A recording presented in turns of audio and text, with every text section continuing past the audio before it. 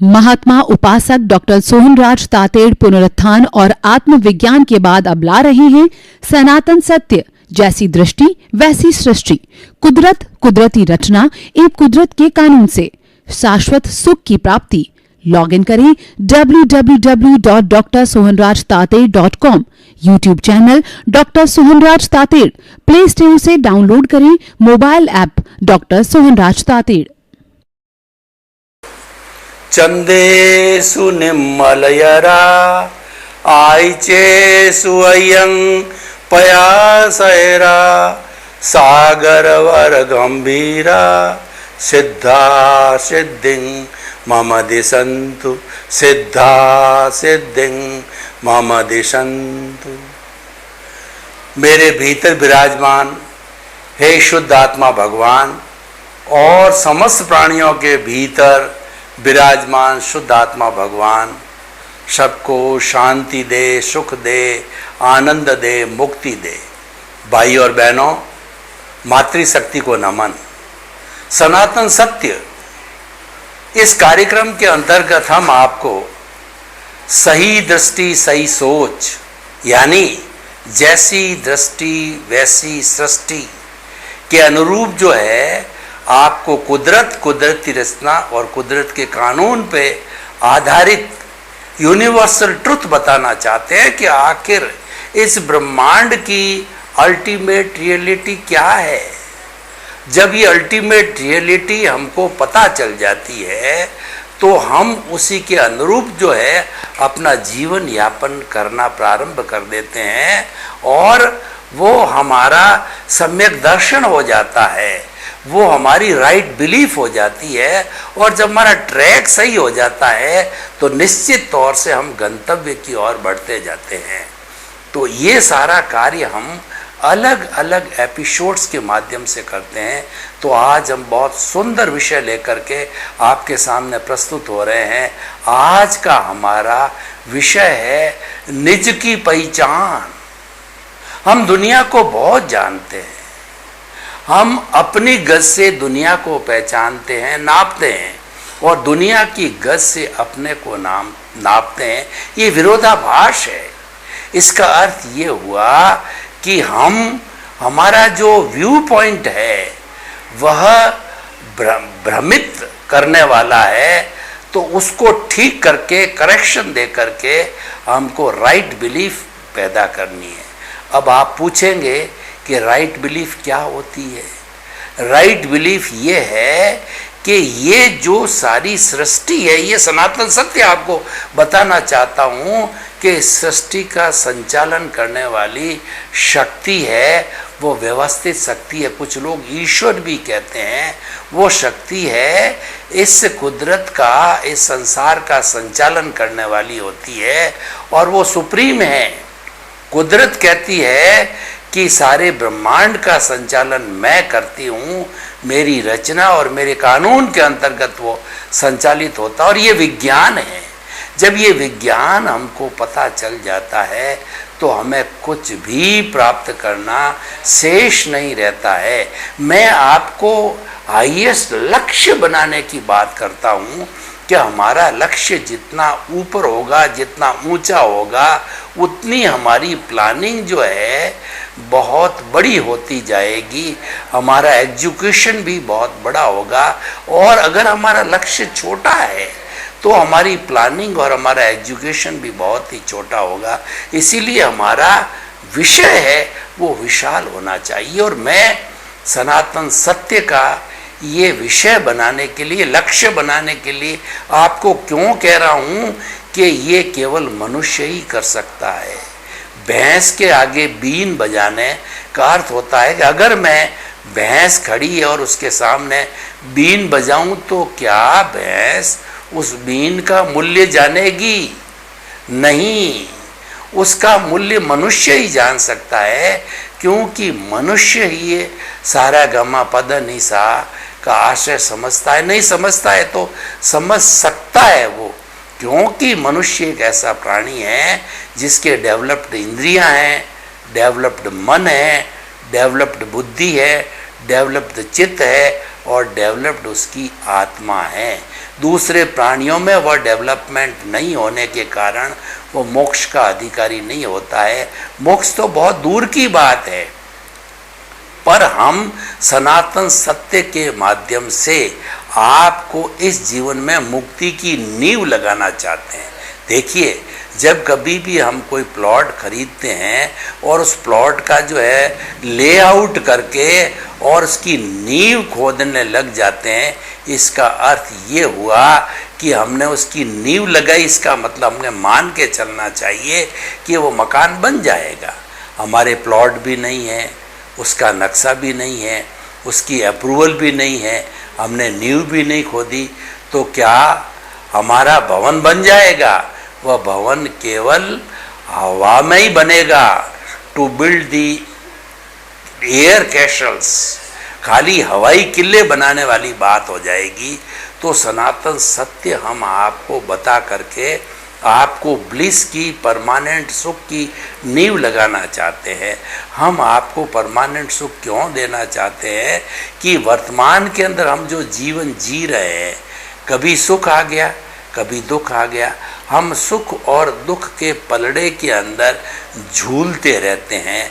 तो उसके झूलने के कारण जो है हमको ऐसी अनुभूति होने लग जाती है कि ये अनुभूति होती है कि ये क्या है, ये टेम्परेरी चीज़ मुझे जीवन में नहीं चाहिए।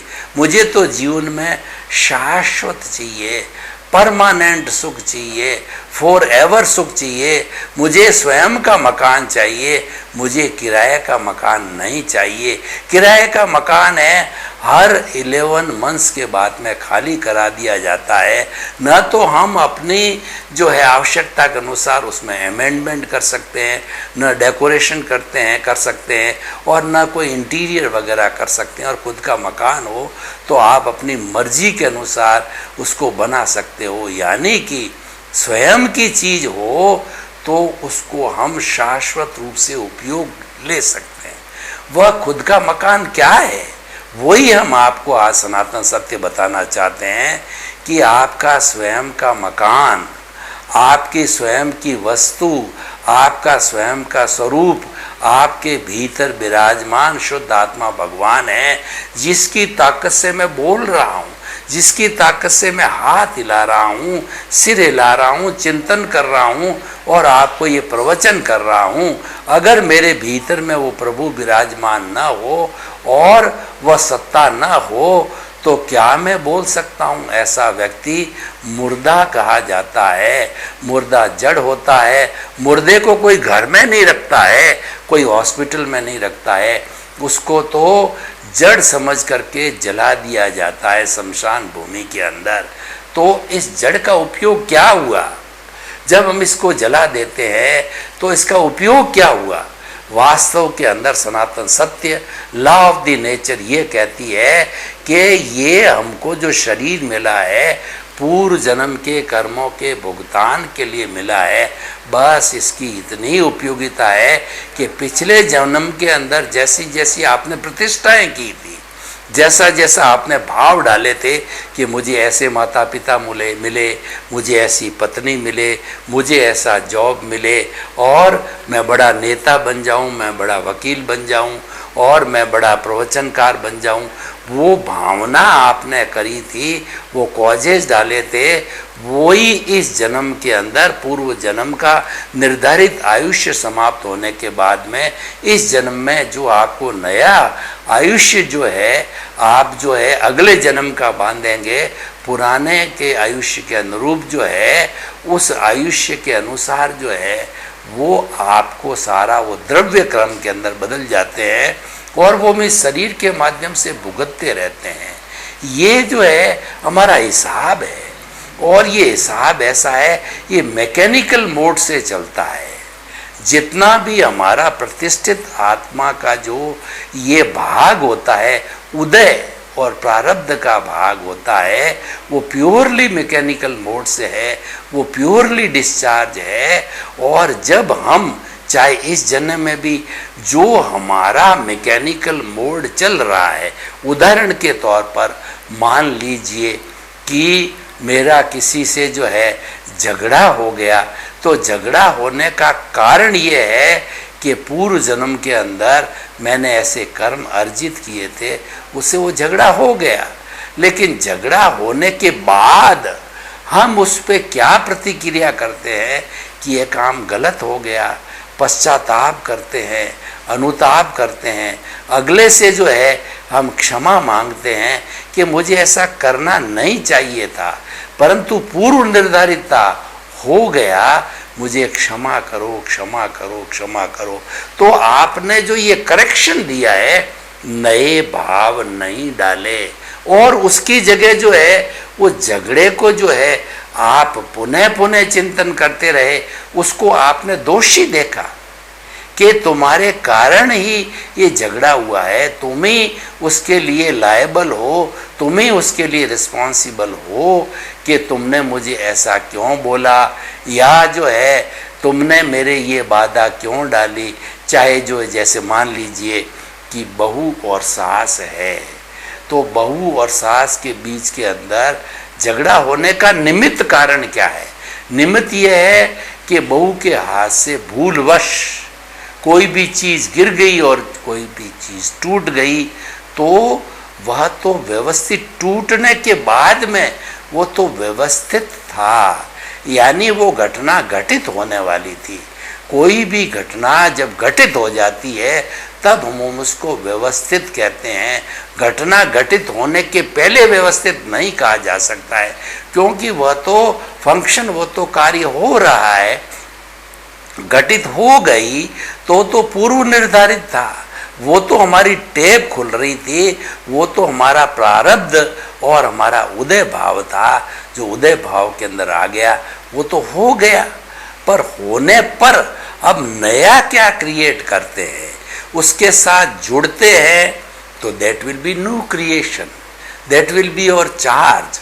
और आपने उसके साथ जुड़े नहीं, आपने जो जो भुगतान के विचार आ गए उनको लेट गो किया, उनको बाईपास किया, उनको जाने दिया कि चलो हाथ से जो है वो जो बहू के हाथ से प्लेट गिर गई तो स्वाभाविकता गिर गई, और सास ने उसको इग्नोर किया, सास ने उसको लेट गो किया, सास कुछ बोली नहीं, तो घटना जो व्यवस्थित थी, नियत थी, हो गई। लेकिन सास ने उसके ऊपर जो है उसको 4 गालियां दी, तू तो ऐसी है, ध्यान रखती नहीं, हमेशा गिराती रहती है, तेरी तो ये आदत है, और तू पियर में क्या सीख के आई है, जली भुनी कटी कई कई बातें सुना करके ही has added something. That addition is our creation, और that creation we do in the present, that is called the charge. उसको हम चार्ज कहते हैं, और वो चार्ज किया जाता है, जो कुछ भी हम चार्जिंग करते हैं उस पर कोट लग जाता है, और वो कोट बन करके भाव कर्म बन जाता है, और भाव कर्म, एक भाव कर्म को हम कॉजेस कहते हैं। और ऐसे जैसे हमारा आयुष्य मान लीजिए कि पूर्व निर्धारित आयुष्य जो है हम बंद करके आए हैं 90 वर्ष के लिए, तो 90 वर्ष के अंदर जितने हम इन कॉजेस को इकट्ठा करते रहेंगे, वह हमारी कॉजल बॉडी जो है ऑलरेडी आत्मा के साथ के अंदर जुड़ी हुई है, तो उसके अंदर प्लस माइनस होता रहता है, और वह भी 2 तरह का होता। देखिए ये सारी बातें क्यों कही जा रही है कि आप अपने स्वरूप की पहचान करो। ये तो जो कुछ भी घट बढ़त हो रहा है ये तो व्यवस्थित के अधीन है, और ये तो हमारा क्रिएशन है, लेकिन और ये होगा, उसके अंदर आप जुड़ाव मत करो, उससे मुक्त रहो। तो आपको करना क्या है, इसके साथ के अंदर जितना भी आप जुड़ाव करते हो, ये आपका जो है वो रिलेटिव पुरुषार्थ है, चाहे आप उसको मानो या न मानो। इसके अंदर कर्ता भाव जितना आ जाता है वो सारा रिलेटिव पुरुषार्थ हो जाता है, और कर्ता भाव नहीं आता है वो तो ऑटो मोड से भुगत लिया जाता है कि मैं तो निमित्त हूँ।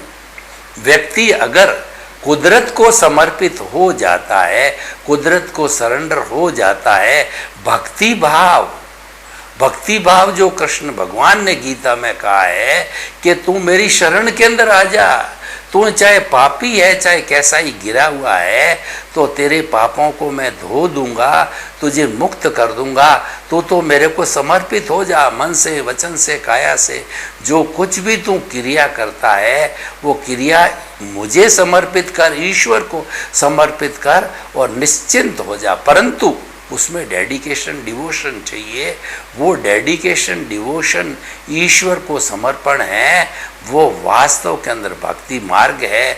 तो हमारा जो विषय है कुदरत और दूसरा विषय है स्वयं की पहचान, ये दो चीज़ें अलग अलग है।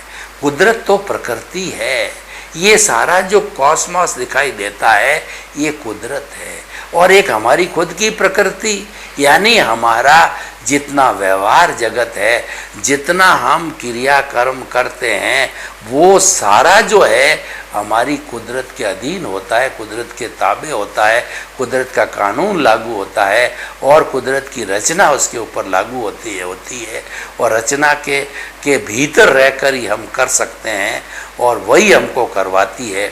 तो हमें तो अपना अगर रियल पुरुषार्थ करना है, अगर आप सही रूप के अंदर मेरे से पूछो कि भाई ये जो कुछ भी हम भागा दौड़ करते हैं, जितना भी हम बाल बच्चों को पालना है, धन कमाना है, मकान बनाना है, इकट्ठा करना है, ये तो आपका उदय और प्रारब्ध है। अगर आप इस पे चिंतन करोगे तो भी होगा, न करोगे तो भी होगा। इसका अर्थ ये नहीं कि आपको करना नहीं चाहिए, आपको तो करना ही पड़ेगा, आप करते रहो, लेकिन करते करते आप इससे अपने आप को अलग समझो। और अलग कैसे समझोगे कि आप तो दूसरे काम में लग जाओ, वो काम है दृष्टि विज्ञान, जिन निज स्वरूप की पहचान करना, जो निज स्वरूप भीतर प्रभु विराजमान है उसकी पहचान करो। उसकी पहचान करने के लिए आपके भीतर प्रश्न खड़ा होना चाहिए कि मैं मनुष्य जीवन के अंदर आया हूँ, ये दुर्लभ जीवन मुझे मिला है, तो मैं कौन हूँ, मैं कहाँ से आया हूँ, मुझे कहाँ जाना है, ये प्रश्न भीतर खड़े होने चाहिए। तभी निज स्वरूप की पहचान होगी और आप करने लग जाओगे। तो भीतर से ही जो है आपको प्रश्न करने वाला और प्रश्न का उत्तर देने वाला, वो दोनों एक ही स्वयं के द्वारा स्वयं की पहचान करनी पड़ेगी, स्वयं सत्य खोजना पड़ेगा। जो भीतर प्रभु है वो संपूर्ण सत्य वाला है, वो 360 डिग्री का जो है वो केवल ज्ञानी है, वो अनंत ज्ञान वाला है। लेकिन उसकी पहचान आपको खुद को जो वर्तमान स्थिति उसके आधार पे करनी पड़ेगी। तो जब हम अपनी पहचान करना चालू हो जाते, हमको ये एहसास होने लग जाता है कि मैं तो अनंत ज्ञान से भरा पड़ा हूँ और जो सुख मैं बाहर ढूंढ रहा हूँ, जिसको कि मृग तृष्णा कहा जाता है। मृग तृष्णा का अर्थ ये होता है कि मृग जो है वह गर्मी के दिनों के अंदर, जब ताल के अंदर समतल मैदान के अंदर तेज धूप होती है, तो उस तेज धूप के कारण, रिफ्रैक्शन के कारण ऐसा लगता है उस मृग को कि आगे पानी है, वो प्यासा है, तो उसकी खोज में भागता है, आगे जाता है, देखता है तो ये तो समतल सूखा मैदान पड़ा है, फिर भागता है, उसको मृग तृष्णा कहते हैं। तो हमारी स्थिति भी वही है, हम इंद्रिय सुखों में जाते हैं, धन में सुख है, भोजन में सुख है, स्त्री में सुख है, कपड़ों में सुख है, पद में सुख है, प्रतिष्ठा में सुख है, और उसमें सुख खोजते हैं। ये हमारी रॉन्ग बिलीफ है। हमारी राइट बिलीफ क्या है कि आप खुद की पहचान करो, वो तो खुद जो है सुख का भंडार है, सुख का सागर है। उस सागर में आप जब विलीन हो जाओगे तो दुख का प्रश्न ही नहीं है, क्योंकि उसके अंदर दुख नाम की चीज है ही नहीं है। और जो सुख बाहर, इंद्रिय सुख, साधन संपत्ति और सत्ता, इन सब से जो है, और संपर्क, इन सब से जो सुख मिलता है ये टेम्परेरी सुख है। ये हमारी रॉन्ग बिलीफ है। इस रॉन्ग बिलीफ की जगह में राइट बिलीफ को सेट करना है, वही सम्यक दर्शन है। वही हमारे सनातन सत्य कार्यक्रम का उद्देश्य है कि हम आपको अल्टीमेट रियलिटी बताना चाहते हैं कि आप अपने निज की स्वरूप की पहचान करो, खुद को पहचानो। आप दुनिया को बहुत पहचानते हो, आप गूगल खोल करके और एक एक शब्द की पहचान, एक एक चीज़ की पहचान कर लेते हो, लेकिन क्या कभी आपने आपके शरीर को लेबोरेटरी बना करके आप अध्यात्म जगत में गए? आप भीतर के जगत में गोते लगाया? कभी आपने अध्यात्म का अर्थ होता भीतर की ओर जाना, तो भीतर की ओर जाकर के क्या कभी आपने गोते लगाए कि मेरे भीतर जो साम्राज्य है वो साम्राज्य जो है वो सुख का साम्राज्य है और वहाँ पर कोई तरह का दुख नहीं है, वो अनंत ज्ञान का साम्राज्य है, अनंत दर्शन मतलब श्रद्धा का साम्राज्य है, वह श्रद्धा और सबूरी का साम्राज्य है और वह अनंत ज्ञान, अनंत दर्शन और अनंत सुख का धाम है। जो हमारी आत्मा है उसके समान इस सृष्टि के अंदर कोई भी शक्तिशाली चीज़ नहीं है जितनी आत्मा है। तो हमारे भीतर एक बड़ा खजाना छुपा पड़ा है, लेकिन हम उस तरफ झांकते ही नहीं, उस पर देखते ही नहीं है। नॉर्मली व्यक्ति क्या होता है कि जन्म लेने के बाद में वो इन 5 इंद्रियों के सुख के अंदर ही विलीन हो जाता है, उसी में डूब जाता है। मैं और मेरा, मैं करने वाला, ये घर मैंने बनाया, बच्चों को पैदा मैंने किया, बच्चों का मैं पालन पोषण करता हूँ, उनको इंजीनियर बनाना है, डॉक्टर बनाना है और मैं उसको बना के रहूँगा, मैं अच्छा भवन बनाऊंगा।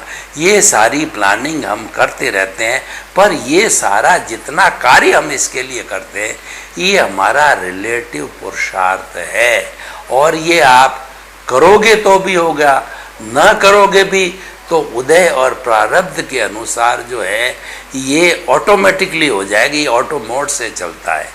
ये हमको दिखाई नहीं देता है, लेकिन वास्तव में ये ऑटो मोड से चलता है और हम भागते हैं, हम इधर उधर तेज भागते हैं और कहते हैं कि हम पुरुषार्थ करते हैं, हमको ये पाना है और हम पा लेते हैं तो कह देते हैं कि मैंने लक्ष्य प्राप्त कर लिया।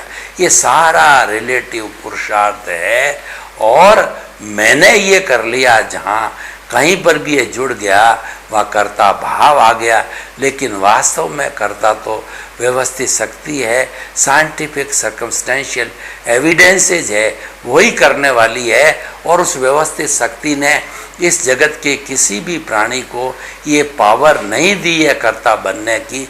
वो तो अपनी रिस्क के ऊपर जो अपने आप को कर्ता भाव का आरोपण करके कर्म का बंधन करता है और इस आवागमन के चक्कर के अंदर वो जो है घूमता रहता है। तो आपको अगर आवागमन का चक्कर मिटाना है, वही सबसे बड़ा दुख का कारण है, तो आप अपने आप को कर्ता समझो, अकर्ता समझो और दूसरे जगत के किसी भी प्राणी को अकर्ता समझो। नो डूअरशिप, नो ऑनरशिप, अपने आप को मात्र सीमित समझो, निमित्त समझो। तो निज पहचान कहाँ होगी? जब इस जगत के सब जीवों को आप निमित्त समझोगे, निर्दोष समझोगे, उनका कोई दोष होता ही नहीं है, क्योंकि ये सृष्टि जो जितनी भी है ये कुदरत है, वह तो जो है वीतराग है, उसके अंदर कोई भी अशुद्धि नहीं है।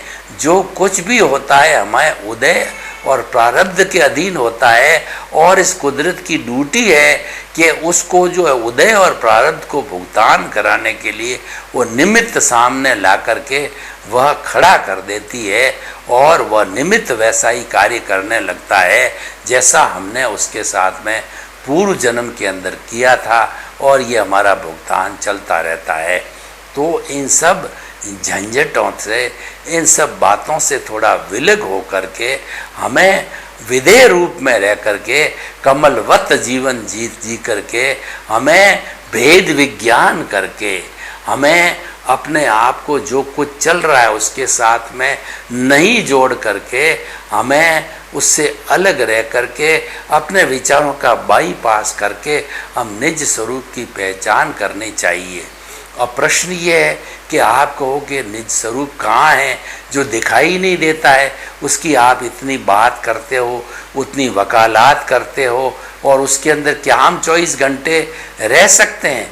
ये बात निश्चित है कि व्यक्ति 24 आवर्स कर्म करता है उसको करना ही पड़ेगा। मनुष्य के पूरे जीवन में जितना आयुष्य होता है उसमें एक क्षण भी ऐसा नहीं होता कि वो कर्म किए बिना रह सकता है। हम नींद लेते हैं तो उस नींद के अंदर भी जो है हम सपने देखते रहते हैं, तो वह भी हमारा कर्म है, वह भी एक्टिविटी जो है हम करते रहते हैं। तो इस तरीके से जो है ये तो हमारा चलता रहता है, लेकिन ये हमारा लक्ष्य नहीं है। हम मानव हैं, हमको दुर्लभ तन मिला है और बहुत बड़ी तपस्या करने के बाद ये मिला है। ये नंदन वन है, ये जो है पारस मणि है और ये चिंतामणि रत्न है, ये कल्प वृक्ष है। उसको छोटा मोटा मत मानो, इसका एक एक क्षण का उपयोग करो। वह उपयोग बहुत सरल है, वो है अपनी पहचान करना। अपनी पहचान करने के लिए करना कुछ नहीं है, आपको मात्र जो है, और उसके लिए कोई मानसिक चिंतन भी नहीं करना है, आपको मात्र जो ये एहसास करना है। जो हमारे मनुष्य के शरीर में 60 खरब कोशिकाएं हैं, उसके अंदर आपको एक एक कोशिकाओं को ये ऑटो सजेशन देना है, ये एहसास कराना है कि मैं शुद्ध आत्मा हूँ, तो नो शुद्ध आत्मा के अंश हो। जब ये हमको ये अनुभव, देखिए ये निज स्वरूप को प्राप्त करने के लिए 3 बड़े टूल हमको ज्ञान में दिए जाते हैं। पहला तो प्रतीति। प्रतीति का अर्थ होता है कि 100% आपके अंदर ये भावना भर दी जाती है, श्रद्धा जागृत कर दी जाती है कि आप तो शुद्ध आत्मा हो, आप अलग हो, शरीर अलग हो। शरीर तो पूर्व जन्म के कर्मों के भुगतान के लिए मिला है, ये अपना कार्य करेगा। आप अपना कार्य करो, जितना भी भुगतान इसके माध्यम से होगा, इसको दुख भी होगा, दर्द भी होगा, ये चिल्लाएगा भी, ये खुश भी होगा, ये हंसेगा भी, तो इसको अपना काम करने दो, क्योंकि ये तो ऑटो मोड से जो है चल रहा है भुगतान, तो उसके साथ आपको जुड़ने की ज़रूरत नहीं है। आपको तो मात्र अगर ब्लिस को प्राप्त करना है, शाश्वत सुख को प्राप्त करना है, तो मात्र आप जो है मेडिटेशन में जाकर के आते जाते श्वास के साथ के अंदर जुड़ करके केवल एहसास करो। कोई आपको बोलना नहीं, कोई आपको सोचना नहीं, कोई आपको हलन चलन नहीं करनी, बड़ा सिंपल आपको करना है। एहसास कराना, एक एक खून के कतरे कतरे को, एक एक कोशिका को ये एहसास कराना है, ये अनुभव कराना है, और इसमें ये सतत ये स्पिरिट बने रहना है। इसको हम जागृति कहते हैं, और ये जागृति ही हमारा रियल पुरुषार्थ है। तो इस रियल पुरुषार्थ और इस जागृति के सतत बनते रहने से हमें अनुभव होगा। ये अनुभव है, ये एहसास है, ये निज की पहचान है। जब हम इस अनुभव को रियल पुरुषार्थ के माध्यम से 1%, 2% और ये होते होते 360 डिग्री के लेवल तक ले जाएंगे, तो उस जन्म के अंदर हमको केवल दर्शन हो जाएगा। उसकी नींव लगाने के लिए ही हमने ये सनातन सत्य कार्यक्रम आपको परोस रहे हैं। तो उसकी जब निज स्वरूप की नींव लग जाती है, तो उसके ऊपर मंजिलें बनाते बनाते धीरे धीरे आप अपने स्वरूप को पहुंच करके स्वयं भगवान बन सकते हो। सर्वे भवन्तु सुखिनः, सर्वे सन्तु निरामया। लोक के सब जीवों को सुख मिले, शांति मिले, आनंद मिले, प्रेम मिले और सबको मुक्ति मिले। आप सभी के प्रति मंगल भावना, शुभकामना। महात्मा उपासक डॉक्टर सोहनराज तातेड़ पुनरुत्थान और आत्मविज्ञान के बाद अब ला रहे हैं सनातन सत्य। जैसी दृष्टि वैसी सृष्टि, कुदरत कुदरती रचना एक कुदरत के कानून से शाश्वत सुख की प्राप्ति। लॉग इन करें www.drsohanrajtated.com। YouTube channel doctor Sohanraj Tated. Play store से डाउनलोड करें mobile app doctor Sohanraj Tated.